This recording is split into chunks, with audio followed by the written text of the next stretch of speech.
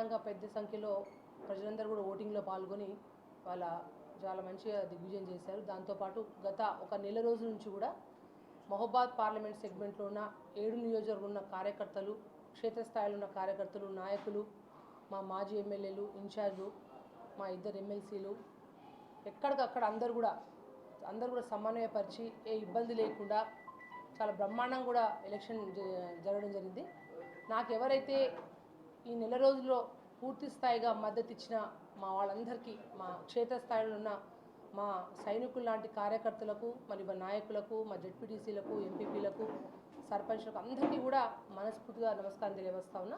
దాంతోపాటు కూడా social media warriors ఎవరైతే ఈ నెల రోజులు ఎప్పటికప్పుడు కూడా గ్రామ స్థాయిలో ఎక్కడైతే క్షేత్రస్థాయిలో సమాచారం చేయలేని వారికి ఏదైతే బీఆర్ఎస్ పార్టీ చేసిన గత 10 ఏళ్లలో కేసీఆర్ గారి నాయకత్వం చేసిన పనులు కావచ్చు, ఏదైతే కాంగ్రెస్ పార్టీ యొక్క వైఫల్యాలు కావచ్చు, ప్రజల మీద ప్రజలున్న వాళ్ళ వ్యతిరేకత కావచ్చు, పూర్తి స్థాయిలో కూడా సోషల్ మీడియా వారియర్స్ కూడా చాలా బ్రహ్మాండంగా పనిచేసేందుకు వారికి మనస్ఫూర్తిగా అభినందన తెలియజేస్తున్నా. మరొకసారి పార్లమెంట్ స్థాయిలో ప్రతి ఒక్కరు కూడా ఆడబిడ్డగా నన్ను దీవించి పెద్ద స్థాయిలో అందరూ ఓట్లు వేసిన వాళ్ళందరూ కూడా మనస్ఫూర్తి ధన్యవాదాలు తెలియజేస్తాం. విషయంలో పాల్గొంటున్న గౌరవ పెద్దలందరికీ, ముఖ్యంగా పార్లమెంట్ ఎన్నికల ప్రకటన వచ్చిన తర్వాత అంతకంటే ముందు మా అభ్యర్థి సిట్టింగ్ ఎంపీ కావడం, ఆమెకు ఈ పార్లమెంట్లో అందరితో సత్సంబంధాలు ఉండడం, తను ఒక రకంగా నేను అనుకుంటా రాష్ట్రంలోనే చాలా ఉత్సాహంగా అందరినీ కలుసుకునే అవకాశం వచ్చింది, కలుసుకోగలిగింది.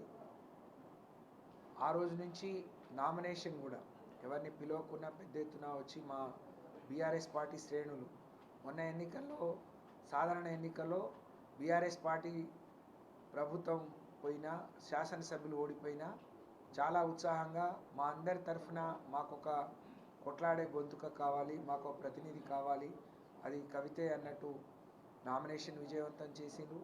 అలాగే కేసీఆర్ సభను చాలా దిగ్విజయం చేసిండ్రు.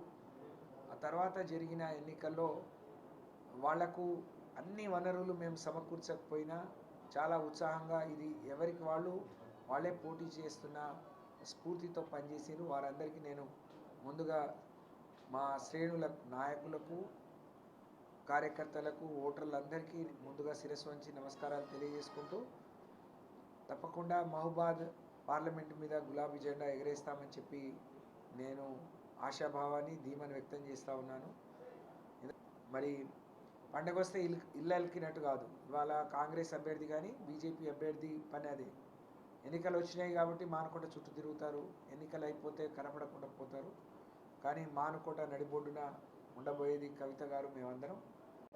నిన్నటికి పూర్తి కావడం, నిన్న మహబాద్ పార్లమెంటు పరిధిలో ఓటర్ల యొక్క మనోభావాలు గమనించినప్పుడు కాంగ్రెస్ వ్యతిరేకత అనేది చాలా స్పష్టంగా ఓటర్లలో కనిపించింది.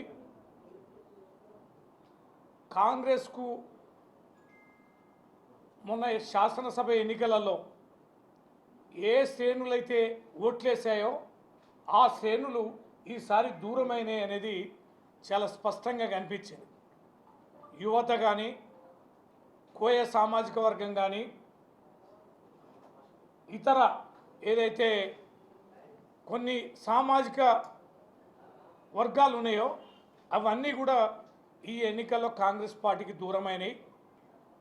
100 రోజుల్లోనే 6 గ్యారెంటీలు, 13 హామీలు అమలు పరుస్తామన్న కాంగ్రెస్ ప్రభుత్వం అమలు పరచపోగా ముఖ్యమంత్రికి రేవంత్ రెడ్డి గారు ఉదస్తమానం కేసీఆర్ గారిని ఆడిపోసుకోవడం, గత ప్రభుత్వాన్ని తిట్టడం, తన బేలతనాన్ని ప్రదర్శిస్తూ కనిపించిన దేవునికెల్లా మొక్కుతూ ప్రమాణాలు చేస్తూ ఆయన వ్యవహార శైలి, ఎన్నికల్లో ప్రచార తీరు ఖచ్చితంగా ప్రజలకి వెగటు పుట్టించేలా కల్పించింది.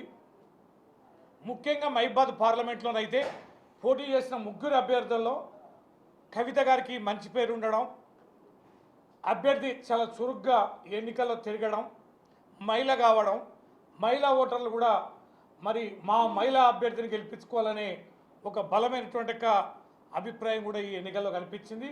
ఖచ్చితంగా కంఫర్టబుల్ మెజారిటీ తోటి మహబాద్ పార్లమెంటు గెలవబోతున్నాం.